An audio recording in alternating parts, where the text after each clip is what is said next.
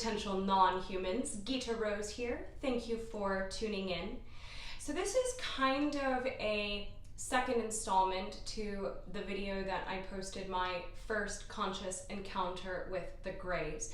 But you don't necessarily have to watch that video to get an idea to be able to follow along with this video. But in that video, I did go through my first conscious experience with what I believe to be a Grey, and how I learned in that experience when it may be relevant for an individual to say yes to the experience, to, in a sense, surrender, we might say. And in this story that I'm going into today, this was a lesson and experience in when to say no, in when to unleash the inner light. Once again, I think it is really important for all of us to understand the importance of story, and a big transition that our collective is going through is learning that there is more. There is more, and then there is more, and then there is more. Many different types of entities, different types of extra-dimensional beings, and many different ways that we are utilizing these connections to tell story and to activate learning within us. So here is my story.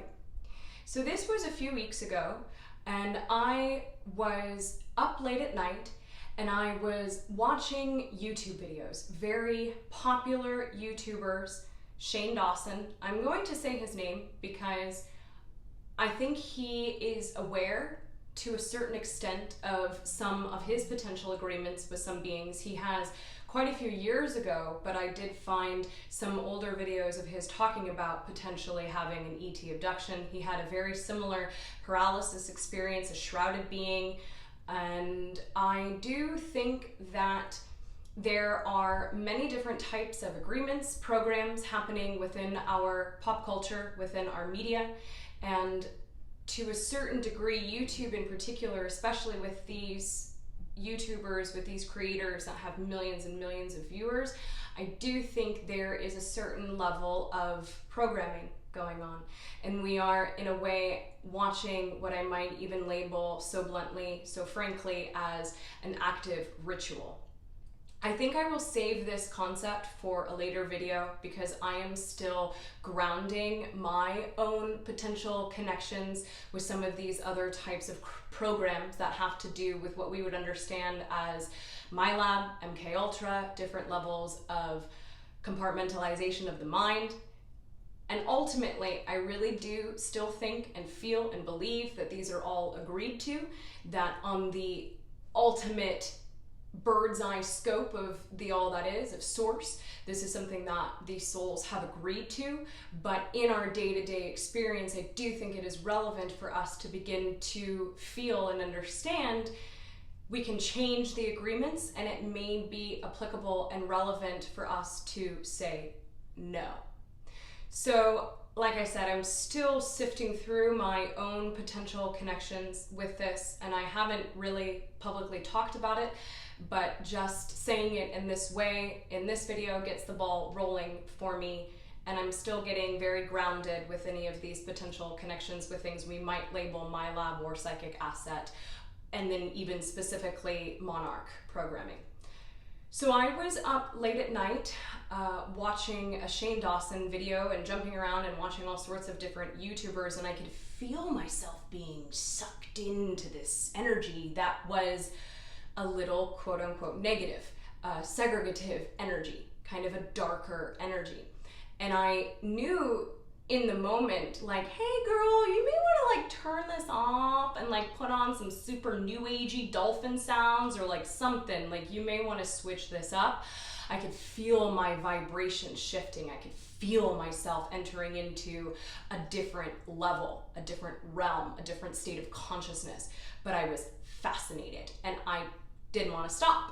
I was very curious to keep exploring and to keep opening up these potentials in myself as well.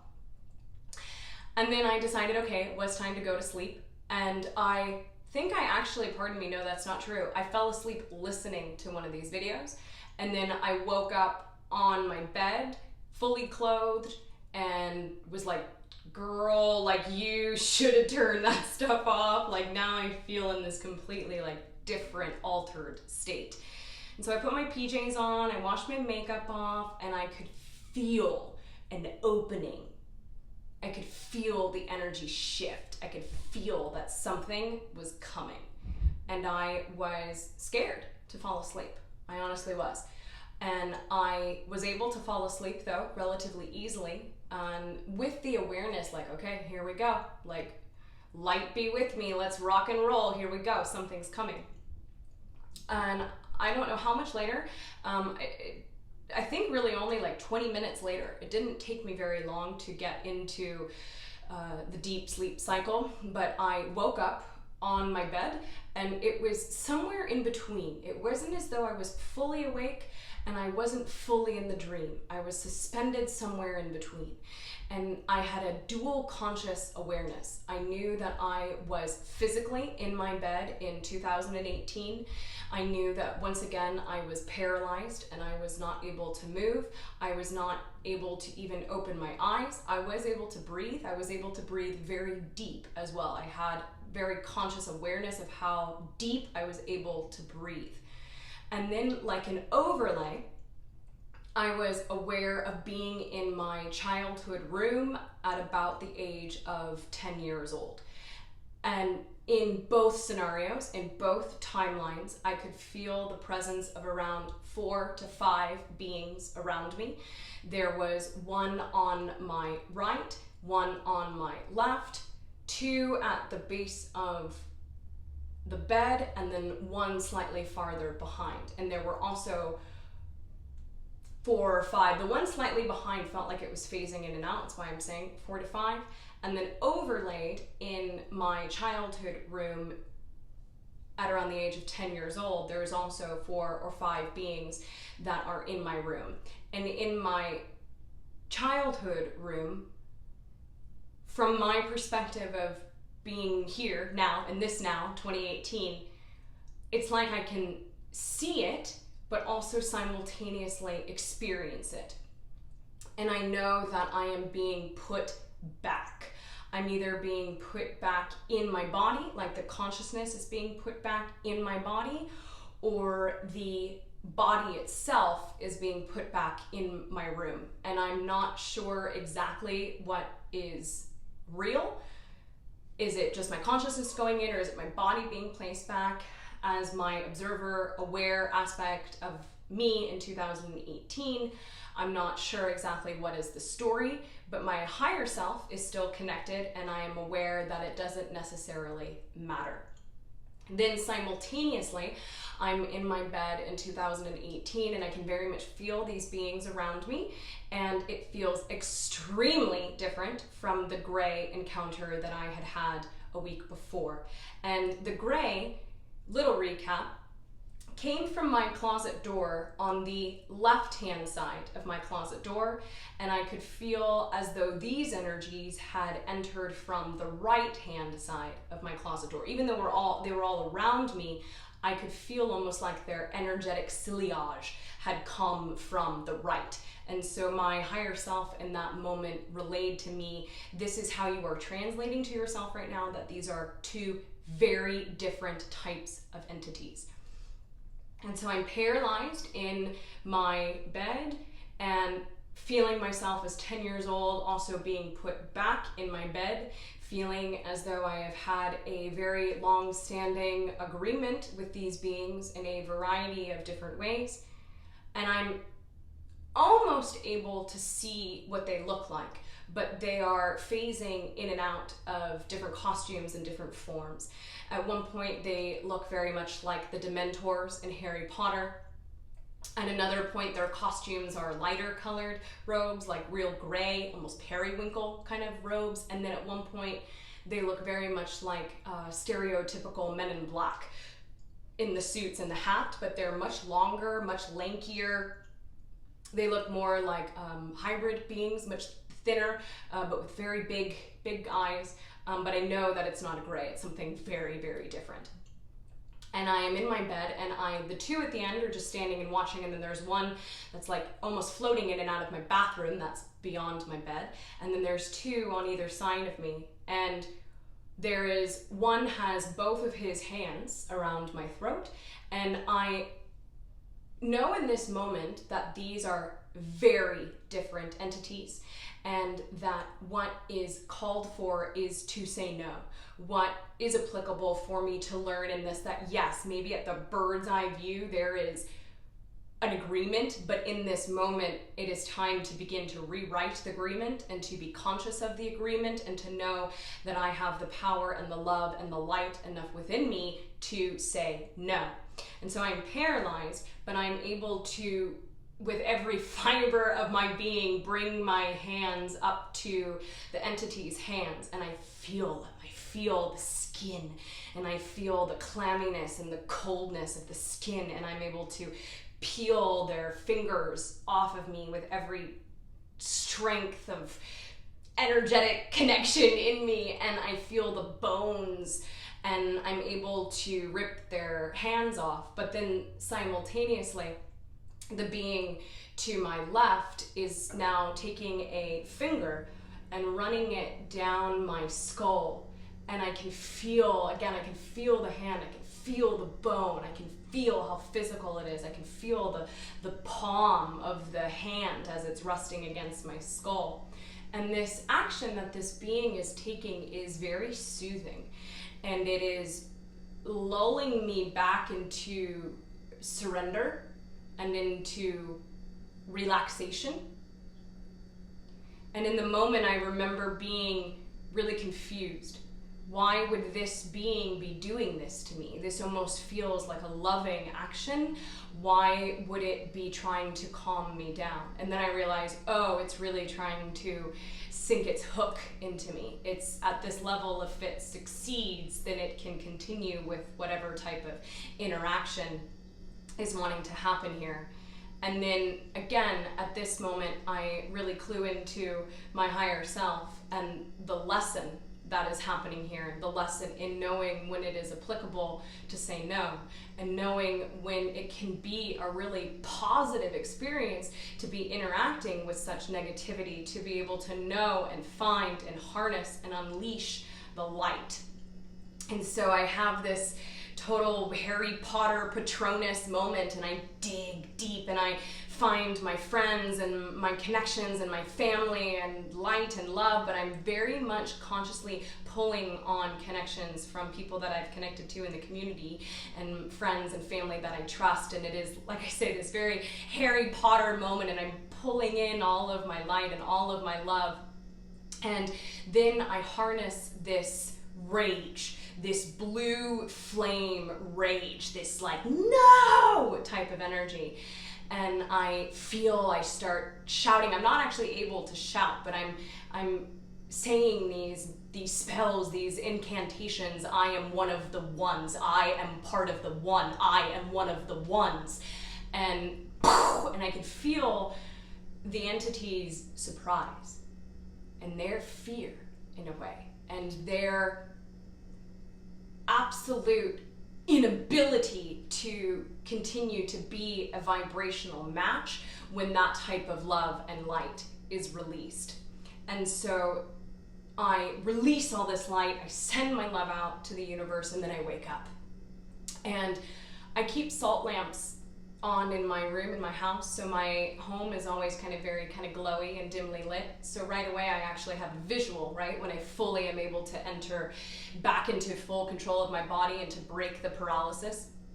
And I open my eyes and I'm sitting up in my bed, and I see all of these little golden orbs, these little lights. There's probably close to like 25 of them dancing around me and in my bedroom. And I know in that moment that it's the remnants of my own light, of my love, of what we all ultimately are. And I can see it. I can see these lights dancing. And then I come to more enough to take notice of the rest of my surroundings. And I have very light curtains, kind of like these behind me. And in the right hand side of my closet and the wall where the corner is, I have these curtains hanging. And again, where these beings felt like they had entered from, the curtains are moving like a huge gust of wind or like force of energy made these curtains move. And I'm staring at these curtains like coming back fully into consciousness and simultaneously feeling really in love and excited to be able to see a manifestation of my inner light in this way. But the movement of the curtains has now taken my curiosity, and I'm really trying to figure out in the moment, is this actually happening? Am I actually seeing these curtains move? So I turn the lights on. I have little lights on next to my bed, and I turn my bedstand lights on, and I can see, oh my gosh, sure enough, oh my stars, oh my light, oh my love, these curtains are moving. And then I watch them settle. And then my logical brain kicks in, and I'm like, did I have any windows open? Nope. Was it me like moving around, like flailing around, even though, no, I was pretty sure I was paralyzed. And I like remember having this digging of being able to move, digging my deep power to even be able to move my hands. So like, no, I wasn't like flailing around. And then I'm like, well, I was breathing pretty hard, like,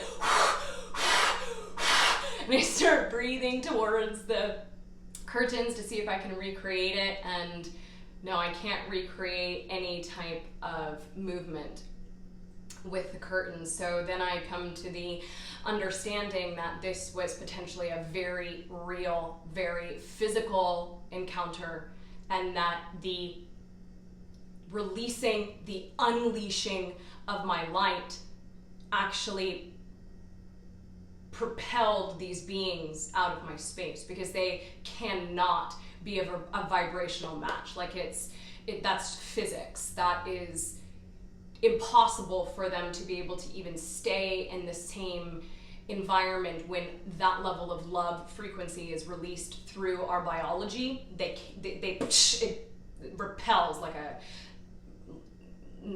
the opposite of a magnet. And then at that point too, when I turned the light on, my golden fairy inner light had disappeared. And then I was terrified. Then it was potentially the most scared that I have ever been in my life. But simultaneously, I was so thankful, and I was so impressed with myself. And I could feel my guides and light beings around me impressed. And I could even feel these dark entities still shocked and in fear and impressed of my light. And I didn't know what I needed in that moment. I knew that I needed to go back to sleep. It was like, at this point, 2, 3 o'clock in the morning. And I was very tired, but I was afraid to go back to sleep. And at that point, I knew that I needed some source of comfort, of external comfort. And so I listened to a friend of mine who has a little documentary. He's an artist, and he has a little documentary that was made about him on YouTube. And I listened to that, and I knew this specific person's voice would help to calm me, and it did. And then I knew to play with permission slips, with tools, with physical ideas. I burned a whole bunch of sage in my house, but it really helped me to be able to alter my frequency and stay in that love, and to stay in the appreciation of this fear and of this very intense experience.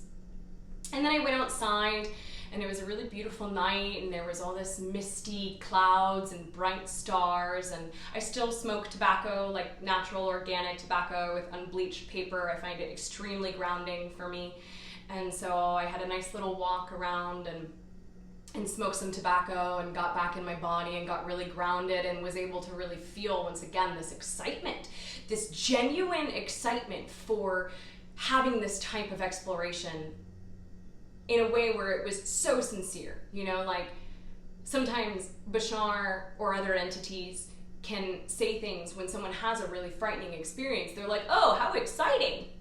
And sometimes me listening to that as an audience member, I'm like, dude, guys, like that must have been terrifying for that person. Like, can we hold a little bit of the opposite side of the coin? But in that moment, I felt it. I was like, yeah, how exciting. Like, sincerely.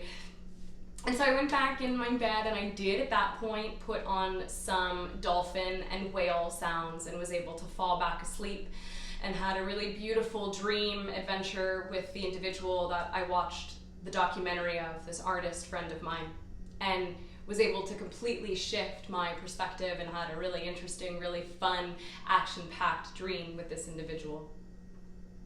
And I was hesitant to share this experience because, as I said, I'm still newly uncovering agreements that I may have with things, like I said, that feel like my lab or Monarch specifically, or different levels of psychic asset program. And I'm still grounding that, and I'm still questioning how relevant it is, how helpful these topics may be for other people. But I think more and more we are starting to uncover that more of us may have these types of agreements, and that we may have learned things in these environments that can actually be very applicable for us moving forward. And once again, knowing that in every single moment we always have the ability to shift an agreement. But yeah, I went back and forth if this was relevant for me to share. And then in readings, channeling readings, I had a few people come to me that had very similar experiences and dealt with it very similarly. Digging deep, having this moment of wielding our power, unleashing the light, sending out our love, and digging deep into this blue flame rage of passion and our connection, the like utmost positively polarized aspect of rage and passion. And so now it feels applicable for me to share this with individuals. And moral of the story, right? Because that's what I always choose to go back to. Moral of the story is, as we continue to journey and voyage into more of the unknown and question and interact with many different types of entities, we will know. We will know how we need to respond in each and every moment. We will be able to feel that actor part of us that knows the script and knows the themes and knows the symbolism. We will feel that connection to that actor. And that actor will tell the character that is us, that is in the experience, how to respond, what we need to do. And if we choose to truly, truly trust that knowing, we can have these very intense experiences and receive an extremely positive and integrative lesson as a result. So we will know how to respond in each and every moment, and we can also know how powerful we are. It seems as though that more people are having interactions with these very dark entities to be able to have these experiences of digging deep into their light, having their own Harry Potter moment, just to know what we are, to be able to truly experience the light and the love that we are by knowing contrast, by seeing, by experiencing, by feeling darkness. We can then truly see, feel, and experience the light. So thank you all for watching this. Once again, thank you to my new subscribers, and thank you to all of you for your continuing encouragement and support. Our minds may be different, our bodies may be different, but it is through our hearts that we know our spirits are one. Aloha!